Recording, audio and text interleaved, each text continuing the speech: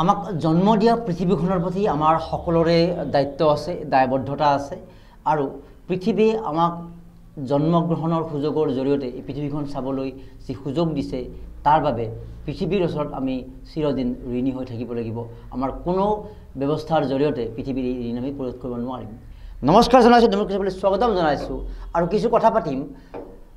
এই সমাজৰ বাবে বা এই জগতত থাকি আমাৰ দায়বদ্ধতা কি আৰু তেনেকুৱা দায়বদ্ধতা পালন কৰা এগৰাকী নাৰী ব্যক্তিত্বক আজি আমন্ত্ৰণ কৰি আনিছোঁ। তেওঁ হ'ল দীপা বৰা দত্ত। বাইদেউ আপোনাক স্বাগতম জনাইছোঁ। নমস্কাৰ। মই প্ৰথমে আপোনালোকৰ ডেমক্ৰেচি লাইভলৈ মই আন্তৰিক ধন্যবাদ জ্ঞাপন কৰিছোঁ আৰু সমাগত 2025 চনৰ কাৰণে মই সদৌ অসমবাসী ৰাইজলৈ মই শুভেচ্ছা জ্ঞাপন কৰিলোঁ। সুন্দৰ, অভিনন্দন আপোনালৈও। এতিয়া কেৱল দীপা বৰা দত্ত বুলি ক'লে হয়তো তেওঁৰ প্ৰতি যিটো জাষ্টিছ কৰা বুলি কোৱা হয়, ন্যায় কৰা নহ'ব, কাৰণ তেওঁ নামৰ লগত কিছু বিশেষণ সংযোগ হ'ব পৰাকৈ কাম কিছু কৰিছে। যি কথা আমি আৰম্ভণি কৰিছিলোঁ যে পৃথিৱীয়ে আমাক জন্ম দিছে, জন্ম হোৱাৰ সুযোগ দিছে, যে পৃথিৱীৰ প্ৰতি আমাৰ দায়বদ্ধতা আছে। পৃথিৱী বুলি ক'লে আমাৰ চৌপাশত থকা অঞ্চলৰ পৰাই আৰম্ভ হয় পৃথিৱীৰ প্ৰতি দায়বদ্ধতা। আৰু এগৰাকী সমাজ সেৱিকা হিচাপে দীপা বৰা দত্তই 2016 চনৰ বা তাৰ পূৰ্বৰে পৰাই সামাজিকভাৱে বিভিন্ন কামত সক্ৰিয় হৈ আহিছে, বিভিন্ন অনুষ্ঠান প্ৰতিষ্ঠানৰ জৰিয়তে কাম কৰি আহিছে। প্ৰথম আমি অকণমান ভয় লগা সময়ৰ কথাই পাতোঁ। ক'ভিডকালীন সময়ত আপুনি যিখিনি এটা সেৱা আগবঢ়াইছিলে বিশেষকৈ হাতীগাঁও অঞ্চলত বা এনেকুৱা, তাৰ বাবে ক'ভিড যোদ্ধা হিচাপেও আপুনি পৰিচিত হৈছিলে। অকণমান সেই ভয় লগা সময়বিলাকে মনত পেলাওঁ, তেতিয়া কি তাৰণাই ৰাইজৰ সহায় কৰাৰ বাবে আপোনাক উলিয়াই লৈ আহিছিলে? প্ৰথমতে ক'ব লাগিব আচলতে মানুহে মানুহৰ বাবে, যিটো ভূপেন হাজৰিকাই কৈ গৈছিল, মোৰ খুব সৰুৰ পৰাই মানুহৰ প্ৰতি কিবা এটা কৰাৰ সদায় মোৰ ইচ্ছা আছিল। হয়তো সেই সুবিধা ভগৱানে মোক দিলে সেই সময়ত, আৰু তাৰ বহুত আগৰ পৰাই মই সমাজৰ প্ৰতি কাম কৰি আহিছিলোঁ। কিন্তু যেতিয়া কৰোণাৰ সেই সময় আহিছিলে, তেতিয়া মই নাগৰিক সমিতিকে আদি কৰি মহিলা সমিতি এনেকৈ বহু অনুষ্ঠানৰ লগত মই জড়িত। তেতিয়া কোনো মানুহ ধৰক ৰাস্তাত ওলোৱা নাছিল, মোৰ ছোৱালীও তেতিয়া খুব সৰু, মই তেতিয়া ওলাইছিলোঁ। মোৰ হাজবেণ্ডে কৈছিল তুমি ইমান সৰু ছোৱালী ঘৰত থৈ, মই কৈছোঁ কৰোণা যদি হ'ব লগা আছে হ'ব দিয়া, একো নহয়। মোৰ তাৰমানে চৌপাশৰ মানুহখিনিৰ অসহায় অৱস্থা দেখি আপুনি ৰ'ব পৰা নাছিল? মই ৰ'ব পৰা নাছিলোঁ। তেতিয়া ধৰক মই হাতীগাঁও থানাৰ আমাৰ অচিও মোৰ লগত যোগাযোগ কৰি বিভিন্ন ঠাইত মই খোৱা বস্তু, কাপোৰ কানি, ঔষধ যোগান ধৰি অচিৰ লগত পুলিচৰ গাড়ীত উঠি গৈও মই তেনেকুৱা ধৰণৰ কাম কৰিছিলোঁ। মই নিজৰ পৰা যি পাৰোঁ কৰিছিলোঁ, তাৰ বাদে মই NGO বিলাকৰ লগত যোগাযোগো কৰিছিলোঁ। তেনেকৈ ধৰণে কৰি আৰু গৈ মানুহবিলাকৰ হাহাকাৰ দেখা পাইছিলে? হাহাকাৰ দেখিছিলোঁ আৰু আমি নিজৰ হাতেৰে বস্তু বিলাইছিলোঁ। কিছুমান মানুহ এনেকুৱা বস্তু দিবলৈ ইচ্ছা কৰে, কিন্তু বাহিৰলৈ ওলাই আহি কাৰোবাক বস্তু দিয়াৰ সাহস কৰা নাছিল। কিন্তু মই সেই তেওঁলোকৰ ঘৰৰ পৰা গৈ বস্তু আনি তেনেকৈ দিছিলোঁ। আৰু যেতিয়া এইটো পৰ্যায়ৰ পৰা ভেকচিনৰ পৰ্যায় আহিলে, তেতিয়া মই NGOৰ লগত যোগাযোগ কৰি পেলাই মই বহু মানুহক মই ভেকচিনৰ যোগান তেনেকৈ মই কাম কৰিছিলোঁ। সুন্দৰ। আমি সেই দায়বদ্ধতা বুজাবৰ কাৰণে এইটো প্ৰশ্নৰে আৰম্ভ কৰিলোঁ যে ক'ভিডকালীন সেই ভয়াৱহতাৰ কথা সকলোৱে জানো, কাৰণ নৰ্মেল সময়তো আমাৰ সমাজ সেৱাৰ কাম চলি থাকিব লাগে। কিন্তু যেতিয়া মহামাৰী বা এনেকুৱা বিপদৰ সময়ত, বিশেষকৈ ক'ভিডকালীন এনেকুৱা এটা বিপদ যে এজনে আনজনক চাবলৈও যেন আমাৰ সাহস নোহোৱা হৈ গ'ল। স্পৰ্শ কৰিলে বা চালেই যেন আমাৰ কিবা এটা আক্ৰান্ত হৈ যাম, চব ঘৰত সোমাই আছিলে বা দিন ৰাতি ব্ৰেকিং নিউজ আমাৰ টেলিভিশ্যন বা বিভিন্ন মাধ্যমত। তাৰপাছত মাজতো কিন্তু দীপা বৰা দত্তৰ দৰে নাৰীসকল বা মহিলাসকল ওলাই আহিছিলে। আমি তাৰ বাবে নিশ্চয় আমাৰ সমাজে কৃতজ্ঞ, আৰু সেই কৃতজ্ঞতা চিনস্বৰূপে আপোনাক বিভিন্ন সন্মান সম্বৰ্ধনাৰেও আমাক সেই যিখিনি কাম কৰিছে তাৰ প্ৰতি এটা স্বীকৃতি প্ৰদান কৰিছে ক'ভিড যোদ্ধা হিচাপে। এতিয়া সামাজিকভাৱে এই যিটো সক্ৰিয় হোৱাৰ তাৰণা, ছ'চিয়েলি কানেকশ্যন হোৱাৰ উদ্দেশ্য কিবা আছে নেকি আপোনাৰ, যে বা কেতিয়াৰ পৰা এইটো সংযোগটো আহিলে বা সমাজৰ লগত থাকিব কিয় লাগে? আমিতো বেছিভাগ মানুহক দেখা পাওঁ চাকৰি কৰে, মৰ্ণিং 9 to 5, ইভিনিং বা ঘৰতে আৰু টিভি চাই ঘৰত থাকি সেই ব্যক্তিগত জীৱন, বিদেশ ঘূৰি তাতেই জীৱনটো বুলি ভাবে। দীপা বৰা দত্তইনো সেই বেলেগে ভবা সেই বাউণ্ডেৰীৰ পৰা ওলাই কিয় আহিলে? সেই অকণমান আগৰ পৰা আৰম্ভ কৰিব লাগিব। মই আচলতে এগৰাকী মেকানিকেল ইঞ্জিনিয়াৰ। মোৰ জন্ম নগাঁৱত। মই চাকৰিও কৰিছিলোঁ জাগিৰোড পেপাৰ মিলত। তাৰপিছত মই মই নগাঁও পলিটেকনিক। Very good. তাৰ বাদেও মই স্নাতক, কলা বিষয়ে স্নাতক, হিন্দী বিষয়তো মই স্নাতক, আৰু চাকৰি কৰিছিলোঁ। তাৰপাছতো মই বিয়াৰ পিছতো মই কৰি আছিলোঁ আছাম ৰপিং লিমিটেডত। কিন্তু মোৰ নিজৰ অকণমান শাৰীৰিক প্ৰব্লেম, এতিয়া মই ইমানকৈ ক'ব নোৱাৰিম। আৰু তাৰপিছত মোৰ ছোৱালীজনীক লৈ অলপ মোৰ বিশেষ অসুবিধা, সময় দিব লগা হ'ল সময় মানে মই প্ৰায় 2মান বছৰ তাই শাৰীৰিক অসুস্থতাৰ কাৰণে আমি বাহিৰতেই আছিলোঁ তাৰপাছত ভগৱানৰ হয়তো কৃপা মোৰ হয়তো কিবা সামাজিকৰ কৰাৰ কিবা হয়তো ফল তাইক আজি মই এজনী সুস্থ সবল ছোৱালী পালোঁ সেই সময়তে মই ৰখাই অলপ কথা এটা মনত আহিছে মই জানিছোঁ কি ক'ব খুজিছে যে আপুনি কোৱা কথাখিনি আধৰে ক'ব খুজিছোঁ যে সামাজিকভাৱে কিবা কামৰ কৰাৰ ফল হিচাপে আপুনি হয়তো ভাল পালে এই কথাটোৱে ক'ব বিচাৰিছোঁ শেহতীয়াকৈ মই এখন কিতাপৰ কাম কৰি আছোঁ এয়া হ'ল ভাৰতীয় আধ্যাত্মিকতাৰ ৰহস্যময় চমৎকাৰ বুলি পৰমেশ দত্ত তেওঁ এক্স এডুকেশ্যন কমিশ্যনাৰ আৰু লখিমপুৰ ডিচিও আছিলে পল ব্ৰাণ্টন নামৰ এগৰাকী ব্যক্তিয়ে ভাৰতবৰ্ষৰ আধ্যাত্মিকতাৰ বিষয়ে এখন কিতাপ লিখিছিলে সেই কিতাপখনৰ মানে যিখিনি মই সম্পাদনা কাম কৰি থাকোঁতে আপুনি কোৱা কথাটোৰে কিছু এটা মিল যে পজিটিভিটি যদি আপোনাৰ যদি এটা পজিটিভ পাৱাৰ থাকে যদি ইতিবাচক যদি মন থাকে যে সমাজৰ প্ৰতি যদি ক'ৰবাত দায়বদ্ধ থাকে বা অসহায় ৰাস্তাত ব্যক্তিকে 10 টকা দিছে কাৰোবাক দিছে এইটো ক'ৰবাত নহয় ক'ৰবাত এটা আনচিন পাৱাৰে আপোনাক চাই থাকে যদিও বা বিজ্ঞানে কথাবিলাক ব্যাখ্যা কৰা নাই আৰু বিজ্ঞানে পৃথিৱী সৃষ্টিৰ পাছতে বিজ্ঞান হৈছে কাৰণ বিজ্ঞান সৃষ্টিৰ পাছতে পৃথিৱী হোৱা নাই তো আল্টিমেটলি বিজ্ঞানে হয়তো পৃথিৱীৰ আৰু বহু কথা আছে যিবিলাক হয়তো ঢুকি পোৱা নাই গতিকে এই কথা আমি বাইদেউ আধৰি আমি এইকাৰণে কৈ থ'লোঁ যে আপুনিও যে যদি আপোনাৰ জীৱনত আনৰ হকে কিবা যিখিনি পচিবল হয় কৰক তেতিয়াহ'লে বহু বিপদৰ পৰা আপুনি গম নোপোৱাকৈ আপুনি ভাবিব পাৰে কি এইবিলাক কথা কৈ আছে বিজ্ঞানৰ যুগত নহয় এইবিলাক কথা সঁচা আমি ব্যক্তিগতভাৱে বহুত তেনেকুৱা প্ৰমাণ পাইছোঁ আপুনিও প্ৰমাণ পাব মুঠতে আপুনি সঁচা অন্তৰেৰে আনৰ হকে চিন্তা কৰক দিবাবাৰ দত্তৰ দৰে এতিয়া আপোনাৰ কথা কেনেকুৱা তো সেই আচলতে মোৰ মা এগৰাকী খুব ধৰ্মপৰায়ণ মহিলা আছিল খুব উচ্চ শিক্ষাৰে শিক্ষিত নহয় যদিও তেওঁ সৰুৰ পৰা সদায় আমি দেখিছিলোঁ মায়ে সদায় মানুহৰ কাৰণে কৰিছিল আচলতে মানুহৰ ঘৰৰ পৰিৱেশে মানুহক বহুত প্ৰভাৱ পেলায় সেইটো আমাৰ মনত সাজ বহুৱাইছিল আমাৰ গোটেইকেইটা ল'ৰা ছোৱালী আমি শিক্ষিত আছিলোঁ দেউতা ৰেলৱে বিভাগৰ কৰ্মচাৰী আছিল সেই মই যদিও মানে চাকৰি যেতিয়া কৰিব মই নোৱাৰিলোঁ হয়তো APSC দি মই হয়তো কোনোবা বিভাগৰ বিষয়াই নিশ্চয় হৈ থাকিলোহেঁতেন কিন্তু মোৰ ঘৰুৱা মানে এই অসুবিধাৰ কাৰণে যে মই চাকৰি নকৰিলোঁ তেতিয়া সৰুৰ পৰা থকা যিটো মোৰ মনোভাৱ সেইটো আকৌ মোৰ জাগি উঠিল যে কিবা এটাতো মানুহৰ কাৰণে মই কৰিব পাৰিম তেতিয়া প্ৰায় একদম গ্ৰাছ ৰুট যিটো লেভেল বুলি কয় আপুনি মহিলা সমিতিৰ পৰা নাগৰিক সমিতিৰ পৰা মই আৰম্ভ কৰিলোঁ আৰু হয়তো সেই তাৰ পৰিণতিতে মই জিলা আইন সেৱা প্ৰাধিকাৰী তেওঁলোকে মোক হাতীগাঁও থানাৰ জৰিয়তে তেওঁলোকে অৰ্ধ আইনী স্বেচ্ছাসেৱক সেইটো আপোনালোকে শুনিছে নিশ্চয় সেই হিচাপে মোক নিযুক্তি দিলে আৰু সেই তেতিয়াৰ পৰাই মই ৰাইজৰ হকে মহিলাৰ হকে আৰু শিশুৰ হকেতো মই বহুত কাম কৰিছোঁ আৰু হাতীগাঁও থানাত মই প্ৰথম বহিছিলোঁ মানে যিবিলাক গাৰ্হস্থ্য জীৱনৰ বলি হয় তেনেকুৱা মহিলাক আমি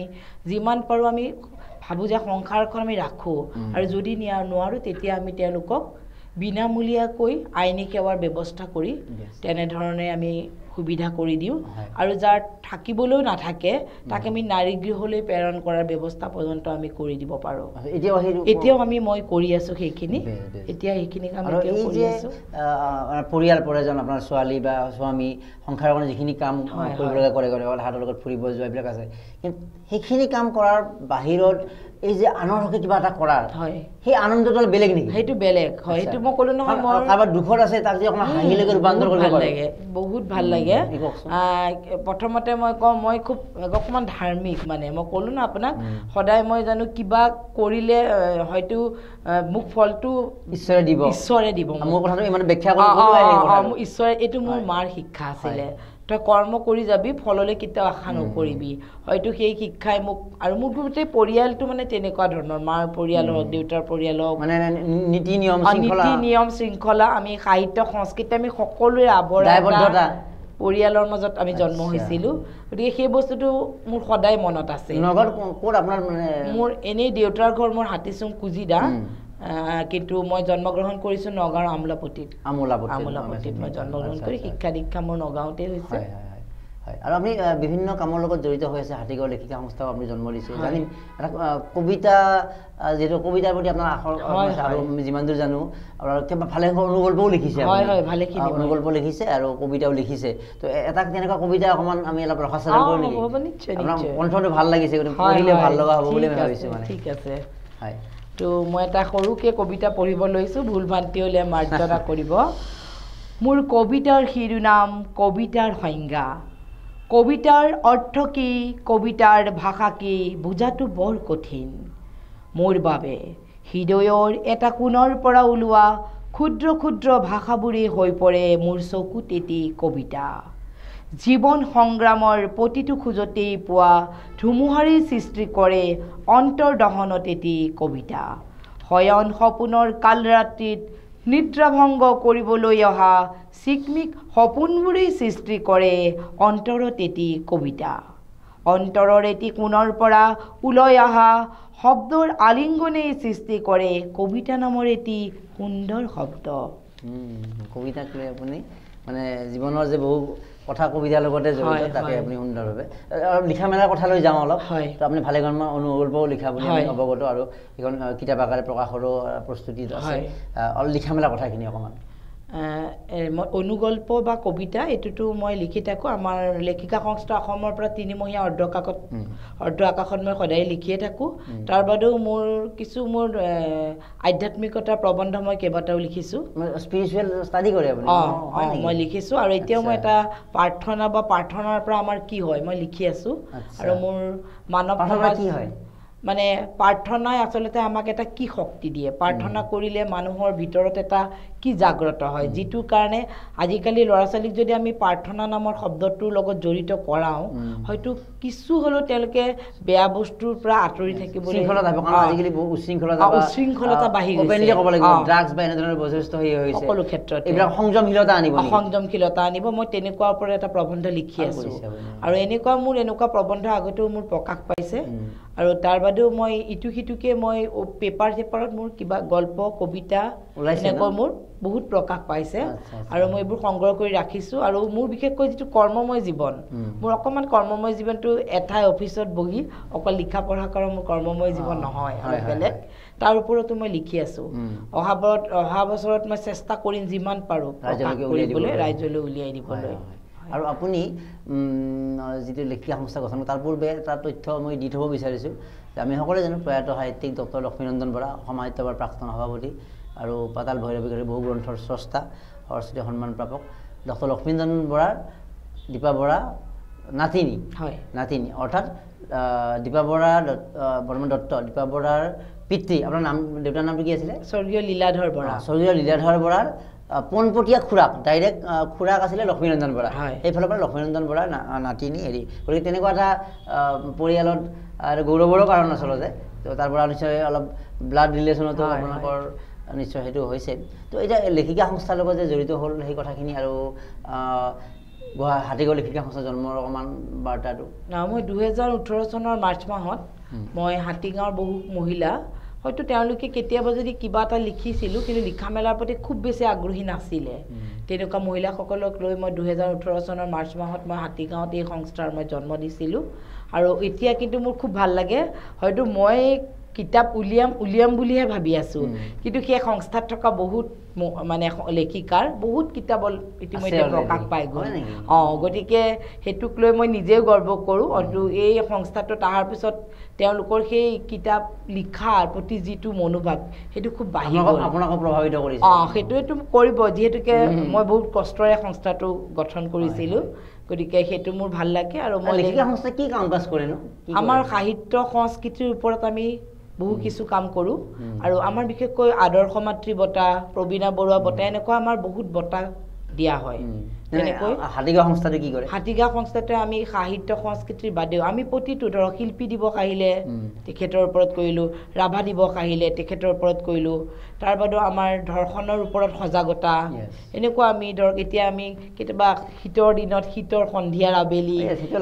এনেকুৱা আমি বহুত অনুষ্ঠান কৰিছোঁ হাতীগাঁও লেখিকা সংস্থাৰ জৰিয়তে তেতিয়া মই তাৰ গুৰিধৰোঁতাই আছিলোঁ কিন্তু আমাৰ সংবিধান অনুসৰি আমাৰ ওপৰলৈ গৈ থাকে গতিকে এতিয়া মই উপসভাপতি পদত আছোঁ তাতে হাতীগাঁও সংস্থা নিশ্চয় এইটো এটা সুন্দৰ আৰু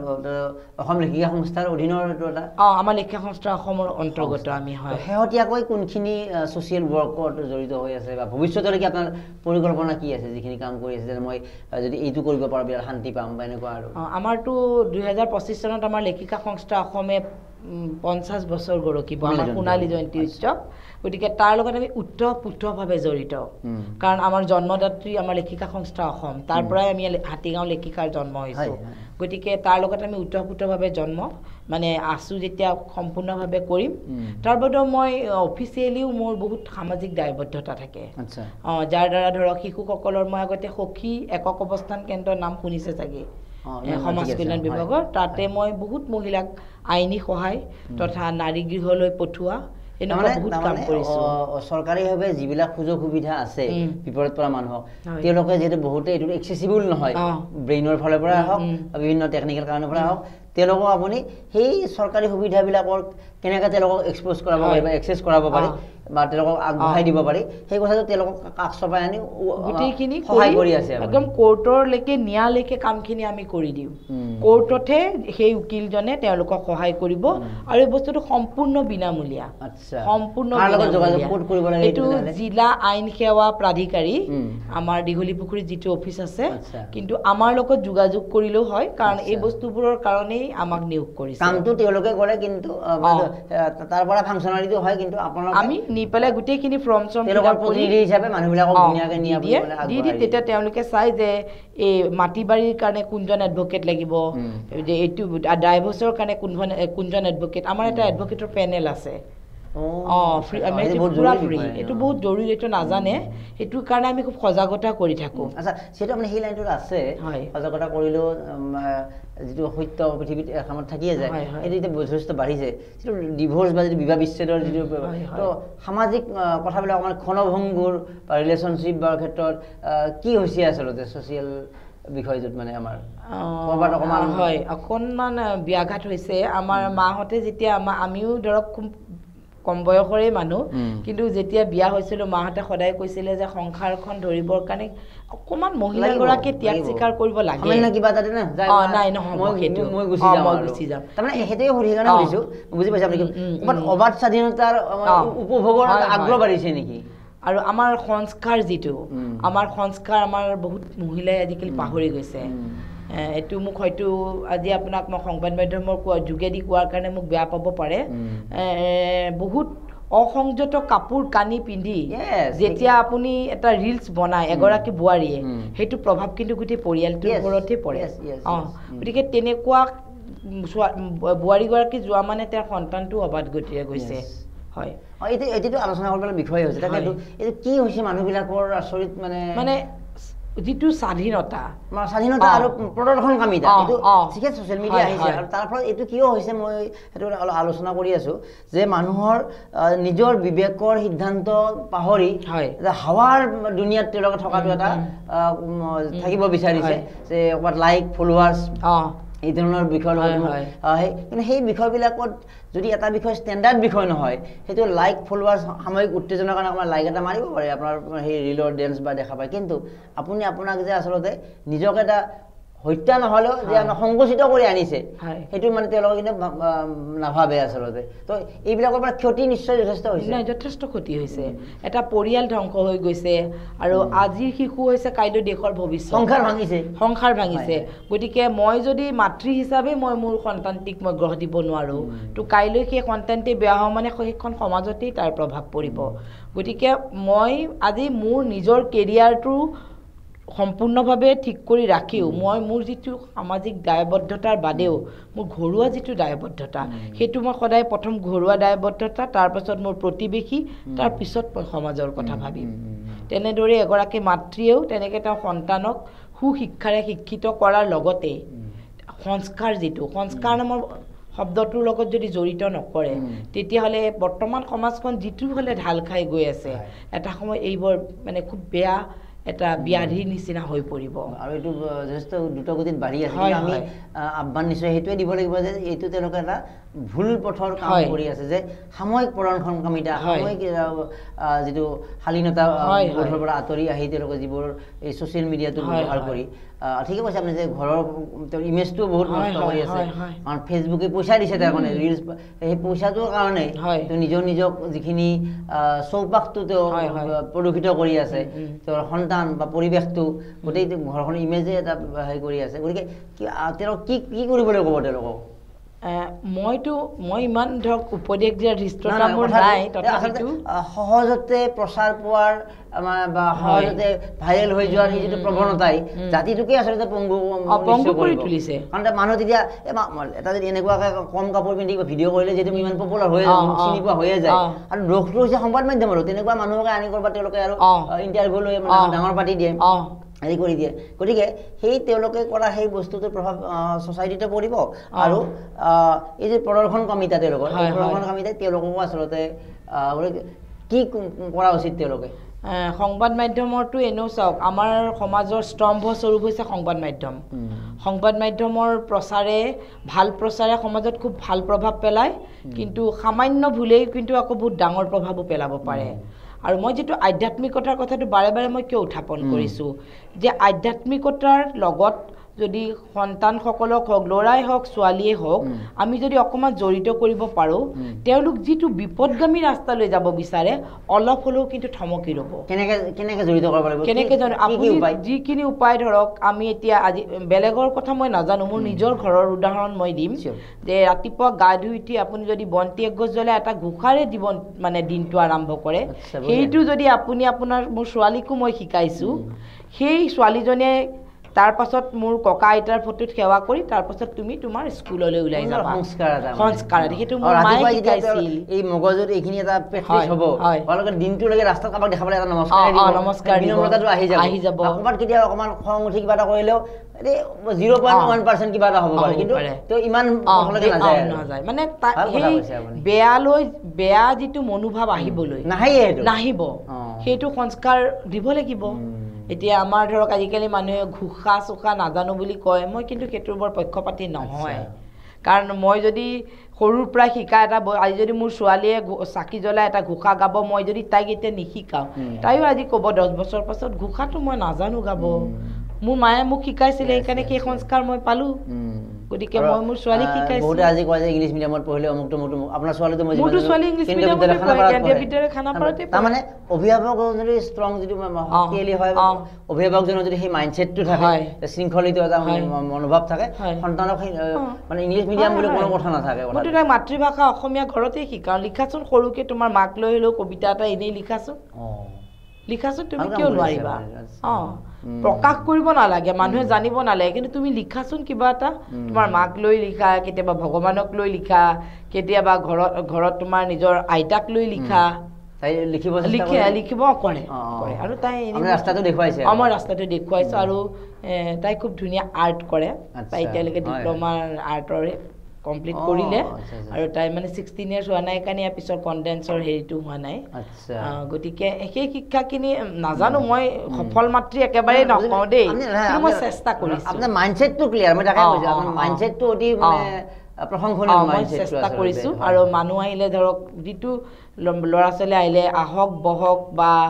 ধুনীয়াকৈ কথাষাৰ কোৱা, সেই শিক্ষাখিনিতো মই দিব লাগিব। আমি যিহেতু আজি এটা আলোচনাটো এটা বেলেগ পৰ্যায়তে কৰিছোঁ, আমি সাংবাদিকতা খাতিৰতে হওক বিভিন্ন পৰ্যায়ত বহুতো মানুহৰ ঘৰলৈ যাওঁ, আৰু তেওঁলোক এৰিষ্টক্ৰেটিক ফেমিলি হয়, আমাৰ যিটো মানে অভিধানত থকা শব্দটো ব্যৱহাৰ কৰিলে মানে আধ্যৱন্ত, আৰু তেওঁলোকৰ যিসকল সন্তানক কেতিয়াবা আমাৰ লগত কিবা চিনাকি কৰাই দিয়ে, বহুতো চিনাকিয়ে নহয়, হ'লেও তেওঁ মোবাইলটোতে টিপি থাকে, বা ক'লেও তেওঁ মানে কেতিয়াবাতো মিছবিহেভৰো সন্মুখীন, কাৰণ তেওঁ মোক মিছবিহেভ মানে আচলতে মোবাইলটোৱে গোটেই ব্ৰেইনটো থাকি লৈছে। গতিকে এই যিটো সংস্কাৰটো বা বহুতকতো মানে ওলাই আহিবই নিদিয়ে, কিন্তু বুজি নাপায়, তেওঁ মোৰ লগত এষাৰ কথা পতাৰ লগে লগে, বা ময়ে বা যিগৰাকী আহিছে, যদিতো অধ্যয়নত ব্যস্ত নাথাকে, যদি অহা মানুহটোৰ লগত যদি খুৰা আহিছে বহক বা এনেকুৱা, সেই বস্তুটো তেওঁ যে এটা সামাজিকভাৱে যথেষ্ট নলেজেবল হৈ উঠে, বা সামাজিক সম্পৰ্ক কি বুজি উঠে, সেইটো বহুত অভিভাৱকে বুজিয়ে নাপায়। তেওঁলোকে এটা ভাবে যে সেইটো এৰিষ্টক্ৰেচি বুলি ভাবে, যে মোৰ সন্তানটো আহিছে, মানুহ আহিছে, মাত দিয়া নাই, মোবাইল চাই আছে, ভিডিঅ' গেম খেলি আছে, সেইটো এৰিষ্টক্ৰেচি বুলি ভাবে। তেনেকুৱা অভিভাৱকক কি ক'ব আপুনি? মইতো সেইটো একেবাৰেই মই এইটো মানে আগুৱাই দিব লাগে নে? সন্তানক আগুৱাই দিব লাগিব, আৰু আগুৱাই দিলে তোৰ কিবা এইটো ষ্টেণ্ডাৰ্ডটো ল' হৈ যাব নেকি? একেবাৰেই নহয়, বহুত ভাবে ধনী ঘৰৰ ল'ৰা ইয়াৰ কি কথা পাতিম এনেকুৱা ভাবে কথা নহয় এইটো এটা শিষ্টাচাৰ শিকিলে আৰু সেই মানুহজনে কিন্তু বেলেগত এবাৰ হ'লেও গৈ ক'ব নাই মানুহ ঘৰ যিয়ে ন কিন্তু ল'ৰা ছোৱালী শিষ্টাচাৰটো শিকাব জানা নাই দেই মই নিজে সেই কথাটো সন্মুখীন বহুত ক'ব লগা হৈছে পৰিস্থিতি হৈছে তো আৰু চাপ'জ সিহঁতৰ ল'ৰা ছোৱালী এদিন যদি হ'ব ডিচিয়ে হ'ল বা ডাঙৰ তেওঁতো হৈছে পাব্লিকৰ হকে কাম কৰিব লাগিব যদি সৰুতে যদি পাব্লিকৰ কথা চিন্তা কৰাৰ কথা শিকা নাই সেই এচি ৰুমত বহি যান্ত্ৰিকভাৱে কাম কৰিব ক'ত কি সমাধান হৈছে গুৰুত্ব নিদিয়ে আল্টিমেটলি তেওঁ নিজৰ সন্তানক ডাঙৰ মানুহ কৰিব বিচাৰিলেও ডক্টৰে হওক ইঞ্জিনিয়াৰ হওক পৃথিৱীৰ যিমান প্ৰফেশ্যন নলওক পাব্লিকৰ লগত ৰিলেটেড প্ৰফেশ্যন তেওঁ অকলশৰীয়াকৈ এটা বন্ধ কথা দি মাহৰ 1 লাখ টকা মাৰি যে বহি থাকা তেওঁ পাব্লিকৰ হকে কামৰ লগত জড়িত পাব্লিকৰ হকে কামত জড়িত হ'ব লাগিলে পাব্লিক কি পাব্লিক ৰিলেশ্যন কি সেইটো সৰুৰ পৰাই আমি এনেকুৱাকৈ আপুনি ভাল এটা কথা উপস্থাপন হৈছে কথাটো এইটো সুন্দৰ আৰু এইদৰে সামাজিকভাৱে আগন্তুক সময়ত আৰু এই কামটো বেলেগ বেলেগ কিবা লাইনত কিবা আমাৰ মানে কি মই এনেই ধৰক কৰোঁ যদিও এনেই মই ধৰক নিজে কিছুমান বস্তু দেখিলে মই নিজে আগবাঢ়ি যাওঁ সেইটো বেলেগ কথা কিন্তু আমি অফিচিয়েলি আমাৰ বহুত দায়বদ্ধতা থাকে আমি এই যিটো ক'লে আপুনি শিশু শ্ৰমিক তাৰ ওপৰত মই এটা ডাঙৰ প্ৰজেক্ট কৰিছোঁ বিদ্যাৰথ বুলি সেইটো আমাৰ সুপ্ৰিম কোৰ্টৰ আছিলে ৰায় মানে তেওঁলোকে কৈছিল এই যিবিলাক একদম ল'ৰা ছোৱালী মানে কেতিয়াও স্কুলৰ পোহৰ দেখা নাই যাৰ মাক দেউতাকে ধৰক গাৰ্বেজ চাৰ্বেজ তোলে সেই ল'ৰা ছোৱালীখিনিক আনি এইটো অসমত প্ৰথমবাৰৰ কাৰণে হৈছে আৰু হোৱা নাই এতিয়াও চলি আছে হাতীগাঁও অঞ্চলত বিদ্যাৰথ বুলি বাছ এখন খুব সুন্দৰ বাছত গোটেই ফেচিলিটিখিনি আপুনি ভিতৰতে পাব পানীৰ পৰা CCTVৰ পৰা খেলা বস্তুৰ পৰা ইয়াতে আমাৰ অসম চৰকাৰৰ প্ৰতিটো বিভাগ জড়িত তো সেইটো মই সেই শিশুসকলক ঘৰলৈ গৈ মানে মাতৃ পিতৃসকলক বুজাই বঢ়াই সেই যে পঢ়াবলৈ আনিম সেইটো মানে মোৰ কাৰণে এটা মানে কেনেকুৱা চেলেঞ্জ নিচিনা হৈছিলে কাৰণ তেওঁলোকেতো নুবুজে পঢ়া শুনা কৰি কি কৰিব কাম কৰিলেহে পইচা আহে সেইখিনি সময় খৰচ কৰিছে তেওঁলোকক বুজাবৰ কাৰণে মানে মই ক'লো আপোনাক মই কেনেকুৱা পৰিস্থিতিত মাস্ক বান্ধি মই ক'লৈ যোৱা নাই মুখত 2-3খন মাস্ক লগাই মই কেনেকুৱা পৰিৱেশত মই গৈছোঁ সেইবোৰ ল'ৰা ছোৱালী আনিছোঁ আনি পেলাই বহুত বুজাই বঢ়াই তেনেকৈ তেওঁলোকে স্কুল আহিলে আহি পেলাই এতিয়া তেওঁলোকে মানে যেতিয়া এই বাছখন দেখিলে তাৰপিছত আমি এটা খুব মৰম চেনেহ কৰিলোঁ খুব ধুনীয়া খেলা বস্তু বহুত কিছু বস্তু মানে তেওঁলোকৰ সপোনত দেখা বহুত কেইটা ষ্টেপ মানে অতিক্ৰম কৰিব লগা হৈছে মটিভেট কৰিব লগা হৈছে কিন্তু মই সম্পূৰ্ণৰূপে সফল হ'লোঁ ইতিমধ্যে মই 2টা বেচ স্কুলত মই এডমিশ্যনো দিলোঁ আৰু এতিয়াও চলি আছে আমাৰ হাতীগাঁৱৰ মিলাই পেলাই দিওঁ কোন কোন এৰিয়াৰ পৰা মানে এইটো আমাৰ হাতীগাঁও সিজুবাৰী নটবমা মাজাৰ দত বজাৰকে আদি কৰি গোটেই বৃহত্তৰ অঞ্চল অলপ বস্তি এলেকা একদম চব তাৰ পৰা আনিছোঁ কিন্তু বহুত কষ্ট হৈছিলে তেওঁলোকে মানে পঢ়া পাতি এতিয়া কিন্তু মানে এটা বেটছে যেতিয়া আহি গ'ল তাৰ পিছৰখিনিয়েতো দেখিলে তেওঁলোকেও গ'লে গৈ মাক বাপেকক নাই এইটো ভাল হয় দীঘলী পুখুৰীত শ্লোগান দিয়া ক'ৰবাত গৈ মেলা এখনত যে থিয় হোৱা এইটো সহজ কাম কিন্তু এনেকুৱাকে এইবোৰ প্ৰেক্টিকেল তিনিখন মই বুজি পাইছে ন তিনিখন মাছ পিন্ধা মানে বুজি পাই কিমান প্ৰতিবন্ধময় জেগাত আপুনি গৈছে আৰু এবাৰ নহয় কিন্তু মই তাত হয়তো 10 বাৰ গৈছোঁ 10 বাৰ গৈ 10 ঘৰ পিতৃ মাতৃক মই একেলগে লগ পোৱা নাই আজি যদি এজনক লগ পাইছোঁ কাইলৈ এজনক আৰু এজনক মই এবাৰ বুজাওঁতে সন্তুষ্ট হোৱা নাই তেওঁক মই 10 বাৰ বুজাইছোঁ কিয় পঢ়িব লাগে কিয় কৰিব লাগে সেই পৰ্যায়লৈ আনিবলৈ সেইটো কাৰণে মোক আসাম ষ্টেট লিগেল ছাৰ্ভিচ অথৰিটিৰ পৰা মোক এপ্ৰিচিয়েশ্যন লেটাৰো দিছে যে ইমান ডাঙৰ এটা আপুনি মানে কাৰ্য কৰিলে নিজৰ নিজৰ ঠাইতে শিক্ষাৰ পোহৰ এতিয়া আমি সামৰিম আৰু এই গোটেই কথাখিনি যিখিনি আমি বোৱাৰীসকলৰ বা ছোৱালীসকলৰ যুৱতীসকলৰ যিটো ৰিলছে হওক বা এই ধৰণৰ অশালীন হওক বা বেলেগ বেলেগ লাইনত যোৱা হওক এই গোটেই কথাখিনি এটা সম্পৰ্ক এটা বিষয় হৈছে কিতাপ আজিৰ সমাজত আমাৰ কিতাপৰ প্ৰতি ক'ৰবাত আকৰ্ষণ কমি গৈছে বুলি এটা অভিযোগো আছে যেনেকুৱা কথা উত্থাপিত হয় কিন্তু কিতাপ পঢ়া মানুহৰ মন বেলেগ হৈ যায় যথেষ্ট নলেজেবল হয় জ্ঞান বৃদ্ধি পায় জীৱনটো আগবঢ়াই নিয়াৰ সুবিধা পায় প্ৰসংগতে এইকাৰণে বোলে কাৰণ এতিয়া গ্ৰন্থমেলাৰ বতৰো চলি আছে কিতাপ পঢ়াটো কিমান জৰুৰী বুলি ভাবে আপুনি সৰুৰ পৰা কিমান কি কিতাপ পঢ়াৰ এটা আগ্ৰহ আছিলে এতিয়া কেনেকৈ সময় পায় বা কিতাপ পঢ়িব লাগে নে নালাগে না কিতাপ কোনো প্ৰয়োজনীয় নাই কিতাপ সম্পৰ্কে অলপ বাৰ্তা এটা লাগে নাই কিতাপ পঢ়াটোতো খুব জৰুৰী মই যেতিয়া সৰু আছিলোঁ তেতিয়া আমাৰ নগাঁৱৰ পৰা এখন কলংপাৰ বুলি পেপাৰ ওলাইছিল মনত আছে চাগে এতিয়া তেখেত মূল স্বত্বাধিকাৰজন তেখেতৰ দেহাৱসান হ'ল তেতিয়াই মই তাত সৰু সৰু কবিতা তেতিয়াই লিখিছিলোঁ কিন্তু তেতিয়া মই একদম সৰু আছিলোঁ তেতিয়াৰ পৰা পঢ়িছোঁ আচলতে এইটো মোৰ অকণমান ঘৰুৱা পৰিৱেশ আছিল কাৰণেও কিজানি পাব পাৰোঁ তেনেকুৱা হৈছে কিজানি কিন্তু কিতাপ পঢ়াটো মানুহৰ কাৰণে খুব দৰকাৰী মোবাইলটো মই নকওঁ যে মোবাইলৰ দ্বাৰাও বহুত মানুহৰ কাম হৈছে মানে মোবাইলত বহু আপোনাৰ বহুত মানুহে ব্যৱসায় কৰিও বহুত সংসাৰ তৰি আছে মই মোবাইলটো অপ্ৰয়োজনীয় বা অদৰকাৰী এই শব্দটো মই নকওঁ কিন্তু তাক আমি কেনেকৈ ব্যৱহাৰ কৰিছো ভালখিনি তাৰ যদি আপুনি ভালখিনি ল'ব পাৰিছে তাৰ কাৰণেতো ভাল ইউটিউবত এনি টাইম বেয়া ভিডিঅ' চাই দেখিব পাৰিব বা সময় নষ্ট কৰিব পাৰিব আৰু তোমাৰ কামত তাক এপ্লাই কৰিব পাৰিব সেইটোৱে কথা কিন্তু কিতাপ বহুত জৰুৰী আৰু কিতাপ পঢ়াৰ অভ্যাস কৰোঁ আহক বুলি আজিকালি কিছুমান ঠাইত মই দেখিছোঁ অনুষ্ঠান কৰিবলৈ লৈছে এবাৰ মই কোনোবা দুৰ্গা পূজা এখনত এইফালেই কিতাপ পঢ়াৰ অভ্যাস গঢ়ো আহক এনেকৈ বুলি মই এখন পোষ্টাৰো দেখা পাইছিলোঁ এইটো কিন্তু খুব জৰুৰী ন এইটো খুব জৰুৰী আৰু আমাৰ লেখিক আৰু যিটো আমাৰ মাতৃভাষাক লৈ আজিকালি খুব চৰ্চা হয় সেইটোৰ লগতে এই প্ৰসংগ সেইকাৰণে উলিয়ালো যে জাতি ৰক্ষাৰ বাবে আমি দীঘলী পুখুৰীত গৈ শ্লোগান দিওঁ সেইটো কৰি লাভ নাই কিন্তু আমি এখন তাকেতো সেইটো কৰোঁ একদম জাতীয়তাবাদী আন্দোলন আহিলে আমি অসমীয়া ভাষা গ'ল আৰু মানে বাংলাদেশী আমাক আহি মানে ছবিখনি শেষ কৰিলে কিন্তু জাতি ৰক্ষাৰ আচল যিটো বিষয় সাহিত্য চৰ্চা কৰিলে ভাষাটো জীয়াই থাকিব ভাষাটো মানে ক'ৰ পৰা জীয়াই থাকিব গতিকে কিন্তু আমি গ্ৰন্থমেলাত গৈ এখন কিতাপও কিন্তু আমি নিকিনো কিন্তু আমাৰ আলা বিলা বিভিন্ন আমি সেইকাৰণে বহুত টকা খৰচ কৰোঁ ইভেন গ্ৰন্থমেলালৈ যোৱাটোৱে মানে কিবা অপৰাধ বুলি ভাবে বা গ'লেও মানে অন্য খাদ্য খাই গুচি আহে কিন্তু এই যে কিতাপ কিনাটো কেইটকা যাব মাহত এখনকে বা বছৰত ৩-৪খন যদি ভাল কিতাপো কিনে বা তেনেকুৱা বা ৪-৫ হাজাৰ টকা কিতাপ যদি কিনে বা এই তথাপি সেই কিতাপৰ লগত জড়িত মানুহবিলাকৰ এটা জীৱিকা হয় লগতে ভাষাটোৰ চৰ্চা হয় তেওঁ সেই লিখাখিনিতে অধ্যয়ন কৰিলে তেওঁ কেতিয়াবা লিখিব মন যাব তেওঁ বুজি পালে গতিকে কিতাপ আমি নিশ্চয় কিনিব লাগে আৰু কিতাপ আমি পঢ়িব লাগে অসম গ্ৰন্থমেলাত যায়নে আমি কাইলৈ আমাৰ সম্প্ৰীতিৰ ঐক্যমঞ্চ বুলি আমাৰ দুপৰীয়া ১ বজাৰ পৰা তাতে গ্ৰন্থ উন্মোচন কবিতা পাঠ এটা আমাৰ অনুষ্ঠানেই আছে এনে আগতেওতো এনে যাওঁৱেই কাইলৈ আমাৰ নিজৰে এটা অনুষ্ঠান আছে সেইটো আমি ১ বজাৰ পৰা হ'ব আৰু আমাৰ মৰমলেণ্ডৰ এটা খবৰ যে আমাৰ নিজস্ব বিপণী এইবাৰ কিবা নহ'ল আমি পথাৰ পাব্লিচাৰ্ছ মূল প্ৰৱেশদ্বাৰৰ পৰা সোমাই লেফ্ট চাইডে ছেকেণ্ড ৰ দ্বিতীয় শাৰীত পথাৰ পাব্লিচাৰ্ছ তাত মৰমলেণ্ডৰ কিতাপ উপলব্ধ আমাৰ ব্যক্তিগতভাৱে শেহতীয়াকৈ যি পথাৰ পাব্লিচাৰৰ সন্মান লাভ কৰিলে বিউটিফুল তাৰ কাৰণে আপোনাক মই অভিনন্দন জনালো এইটো সেই উপন্যাসখনো পথাৰ পাব্লিচাৰত আৰু চন্দ্ৰপ্ৰকাশ বান্ধৱ কেইবাটাও বিপণীত উপলব্ধ হ'ব গতিকে মোৰ কিতাপ বোলে মানে কিতাপলৈকে আহক বোলে বাইদেউ ইতিবাচকভাৱে ক'লে যে কিতাপ আমাক প্ৰয়োজন গতিকে আমি ধন্যবাদ জ্ঞাপন শুভেচ্ছা জ্ঞাপন কৰিলোঁ যে আপুনি সামাজিকভাৱে সক্ৰিয় হ'বলৈ প্ৰয়াস কৰি আহিছে গীতৰ লগত জড়িত অলপ নিশ্চয় আছে আপুনি গীতৰ লগত অলপ কিবা শুনি ভাল পাওঁ গান বা কিবা এনে আৰু যিহেতু মিউজিক নাই তাল মিলা কথা নাই এনে কিবা এটা গীত মই ইমান মানে গুণগুণাবই ভাল পাওঁ কিন্তু অকণমান গুণগুণাবলৈ দিগদাৰ পাওঁ আচ্ছা নিশ্চয় সেইটো কিন্তু কবিতা চবিতাৰ লগত আমি বেছি জড়িতটো সেইটো কাৰণে অনুগল্পবিলাক কি বিষয়ত লিখিছে আৰু অনুগল্পটো মোৰ নিজৰ জীৱনৰ মোৰ ছোৱালীজনীৰ ক্ষেত্ৰত মই কিয় সংঘাত কৰি পেলাই আজি মই চাকৰি নকৰিলোঁ মোৰ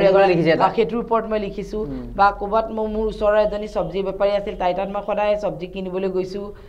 ৪-৫ দিন যোৱাৰ পিছত মই মানুহগৰাকীৰ বিষয়ে গম পালোঁ তাৰ ওপৰতো মই লিখিলোঁ মানে মোৰ বাস্তৱিক যিটো মই তাৰ ওপৰতে অনুগল্প লিখিছোঁ আবদ্ধ কৰি মানে আৰু তাৰ মাজত মই এটা মোৰ নিজৰ ফালৰ পৰা কওঁ সেইটো অফিচিয়েল যদিও মানে অকণমান বস্তুটো মানে অলপ গভীৰ সেইকাৰণে মই কওঁ হক হামাৰা ভিটো হে সুপ্ৰিম কোৰ্টৰ পৰা এটা অৰ্ডাৰ আহিছিলে বা জেললৈ যাব পাৰিবনে আপুনি মহিলা নাই পাৰিম কিয় নোৱাৰিম জেলত সুৰক্ষাৰ মাজেদি গ'লে পাৰিম তেতিয়া মই জেলৰ মাজত গৈ মানে ইমান দুখ লাগিল বহুত নিৰপৰাধী মানুহ জেলত থাকে আপুনি আচৰিত হ'ব তাতে গৈ পেলাই আমি বহুত চিষ্টেমৰ শিকাৰ হয় হয়তো কোনোবাই যে সেই যে জৰিমনা ৫,০০০ দিব পৰা নাই সেইটো দিব নোৱাৰাৰ কাৰণেও তেওঁ জেলত আছে হয়তো কিছুমানে সেই এজন অধিবক্তা ল'ব পৰা নাই সেইটো কাৰণেও তেওঁ জেলত আছে মানুহ কিন্তু অকল আপুনি নাভাবিব যে মানে অপৰাধীহে আছে ময়ো ভাবিছিলোঁ এটা সময়ত অপৰাধী জেলত থাকে মই এই কথাটো কোৱাৰ অৰ্থটো কিয় মানে আপোনাক কৈছোঁ সেই কামটো যে আমি কৰিলোঁ প্ৰতিগৰাকীক আমি চালোঁ ফৰ্ম ফিল আপ কৰিলোঁ তাৰপিছত সুপ্ৰিম কোৰ্টলৈ আমি পঠিয়ালোঁ ফৰ্মখিনি তেওঁলোক ৰিহা হ'ল তাৰ পৰা কিন্তু আমাৰ এখন সংসাৰ আমি বচালোঁ সেইটো ধৰক সামাজিক কামৰ মাধ্যমতেই পৰিছিল কিন্তু মোক সুধিছিল আপুনি মহিলা আপুনি জেলৰ ভিতৰত গৈ কাম কৰিব পাৰিবনে কিয় নোৱাৰিম 14 দিনীয়া এটা প্ৰগ্ৰাম আমি কৰিছিলোঁ সেইটো আহিছিলে চেনেলবিলাকত হক হামাৰা ভিটোহে আচ্ছা সেইটোৰ দ্বাৰা আমি কৰিছিলোঁ সেইখিনি আপুনি দিবলৈ সেইখিনি কৰি বহুত মানুহ মুকলি আকাশৰ তললৈ ওলাই আহিলে সেইখিনি কৰাৰ পাছত তেওঁলোকে মানে দোষ নাই জাষ্ট কিবা কাৰণে তেওঁলোক আছিল গতিকে ফৰ্মখনত যেতিয়া আমি সেইখিনি ফিল আপ কৰিলোঁ তেওঁ কি কাৰণে আছে তেতিয়া সেই বস্তুখিনি যেতিয়া সুপ্ৰিম কোৰ্টলৈ গ'ল তেওঁলোকে সেইটো চাই পেলাই তেওঁলোকক মুকলি আকাশৰ তললৈ আনিলে সুন্দৰ এনেকুৱা বাচিলে এখন হয় হয় নিশ্চয় মানুহৰ বিভিন্ন সময়ত কাম কৰি আপুনি আহিছে এনেকৈ ছাত্ৰ ছাত্ৰীক পঢ়োৱাৰ পৰা বা এনেকুৱা কাৰাগাৰৰ ক্ষেত্ৰতে হওক বা কোভিডৰ সময়তে হওক গতিকে এনেকুৱা আমাক মানুহৰ প্ৰয়োজন আৰু সেইবাবে ডেমক্ৰেচি লাইভে আজি চমু বাৰ্তালাপৰ জৰিয়তে তেওঁৰ কথাখিনি প্ৰকাশ কৰিলোঁ কিন্তু কেৱল এইটো ইণ্টাৰভিউ হিচাপে চাই এৰি দিব নালাগে শ্বেয়াৰো কৰিব লগতে দীপা বৰা দত্তৰ কথাটো আপোনাৰ জীৱনতো এপ্লাই কৰক আপুনিও তেনেকুৱা আপোনাৰ সমাজত য'তে চাই আছে এজন দুজনে হ'লেও সহায় কৰক যে কাৰোবাক 1 লাখ টকা দিব 1 কোটি টকা দিব এইটোতো সহায় নহয় আপোনাৰ কেপাচিটি নহ'লে কাৰোবাক 1 টকা বা 1 টকা নিদিয়াকৈ আপোনাৰ ভাল হাঁহি মাতেৰে বা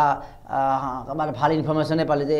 এই অমুকটো এটা আঁচনি আছে তুমি এইটো কৰিব পাৰা সেইটো এটা সহায় এটা বা তেনেকুৱা বা কাৰোবাৰ ফৰ্ম এখন ফিল আপ কৰি দিছে সেইটো এটা সহায় গতিকে মুঠতে সামাজিক হ'ব লাগে আৰু সামাজিক হোৱাৰ যিটো আচল যিটো প্ৰফিট কোৱা হয় লাভালাভ আপুনিয়ে পায় কাৰণ সামাজিক হোৱাৰ লগত এটা সম্পৰ্ক সৃষ্টি হয় আৰু আপোনাৰ যিখিনি মগজুৰ চৌপাশ সংযোজিত হৈ থাকে মানুহৰ লগত আৰু কথাৰ যিটো আদান প্ৰদান হয় আপুনি নলেজ হয় সম্পৰ্কৰ এই কথাবিলাকৰ জৰিয়তে আপোনাৰ জীৱনটো যথেষ্ট আনন্দময় হৈ উঠে আৰু এই আনন্দময় হৈ উঠা কথাটোৱে গোটেই আপোনাৰ যিটো শৰীৰ ব্যৱস্থাটো যিটো শৰীৰতন্ত্ৰক এটা সুন্দৰ এটা পৰিৱেশ দিয়ে আৰু এই শৰীৰতন্ত্ৰৰ সুন্দৰ পৰিৱেশে আপোনাক বহু ৰোগৰ পৰাও কিন্তু আঁতৰি থকাত আপোনাক সহায় কৰে আচলতে গতিকে এইবিলাক কথা বহুত থাকে গতিকে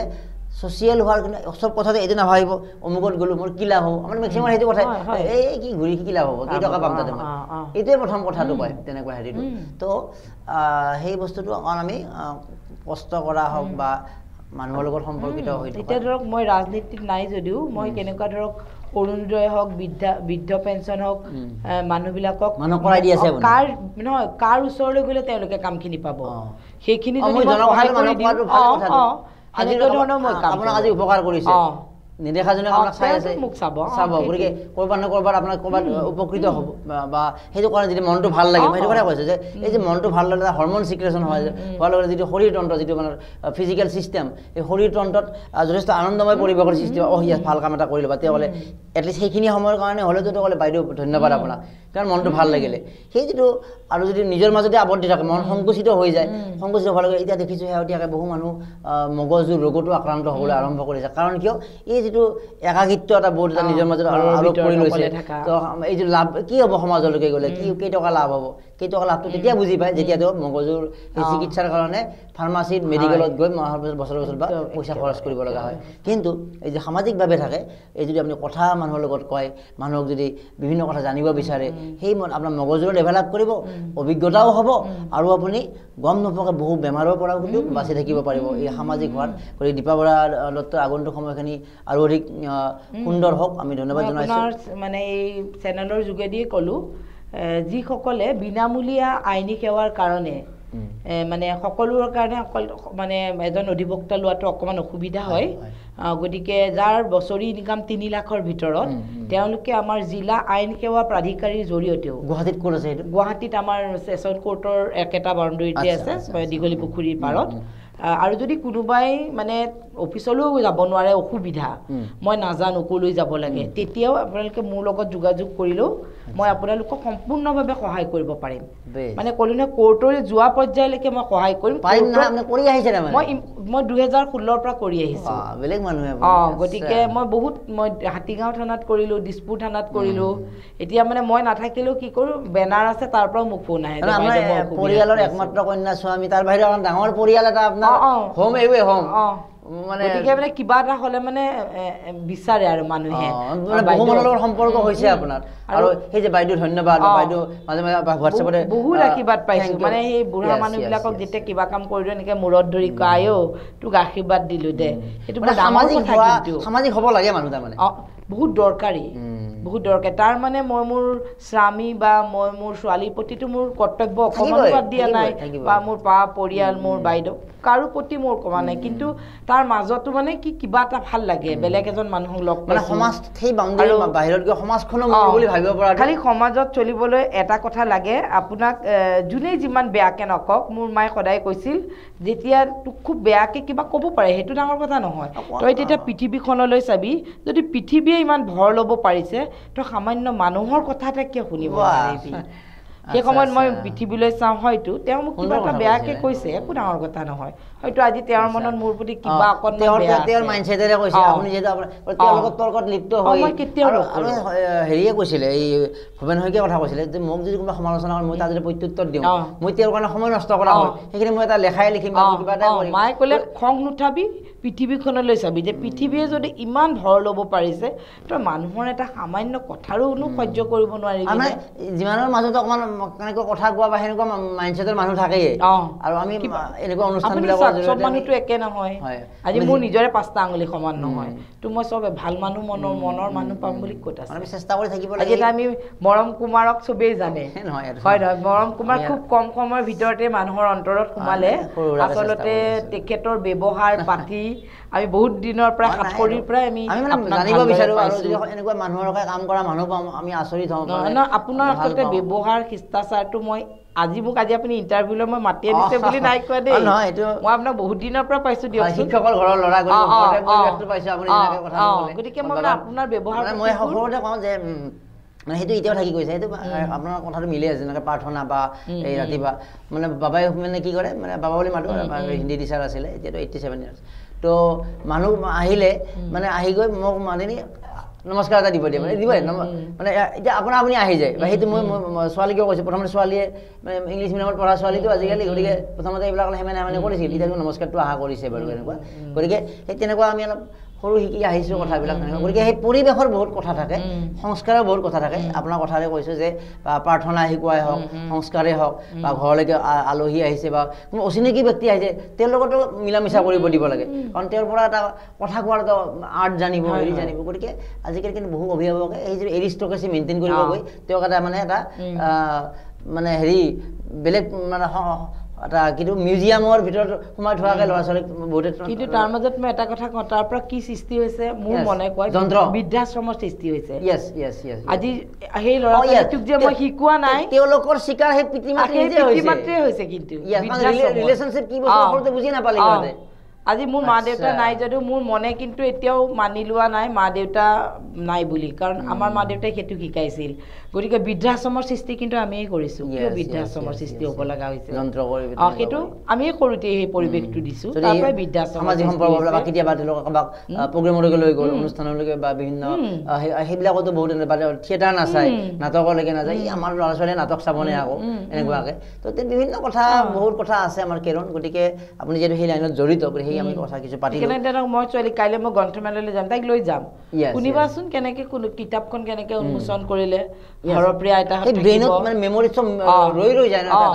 বা কবিতা কেনেকৈ পাঠ কৰিলে তুমি শুনিবাচোন তুমি কৰিব পাৰা নোৱাৰাটো ডাঙৰ কথা নহয় কিন্তু পৰিৱেশটো লৈ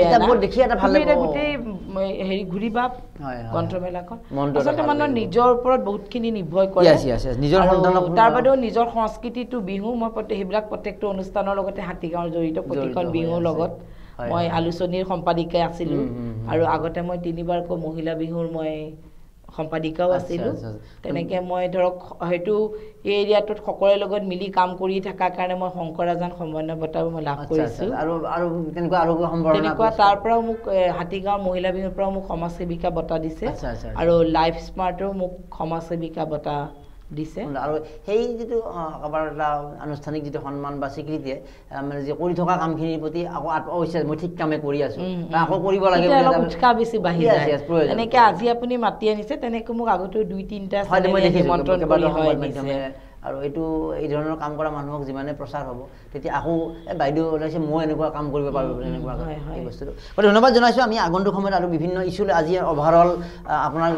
কিনো কাম কাজ বিভিন্নসকলে কথা পাতিলোঁ মাজতে দুই এটা বিষয় আহিল আকৌ আমি টানি আনিলোঁ কিন্তু কেতিয়াবা আমি ইয়াৰ পিছৰ সময়ত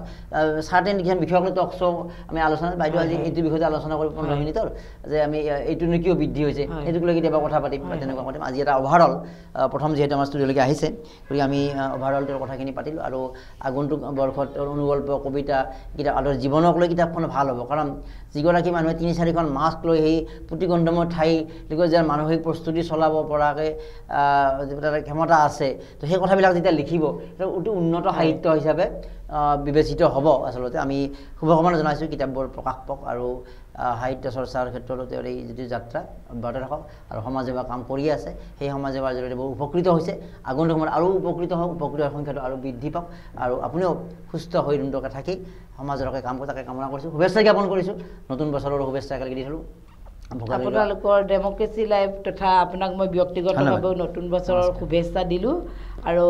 সুদূৰ অসমবাসী ৰাইজৰ ওচৰত মই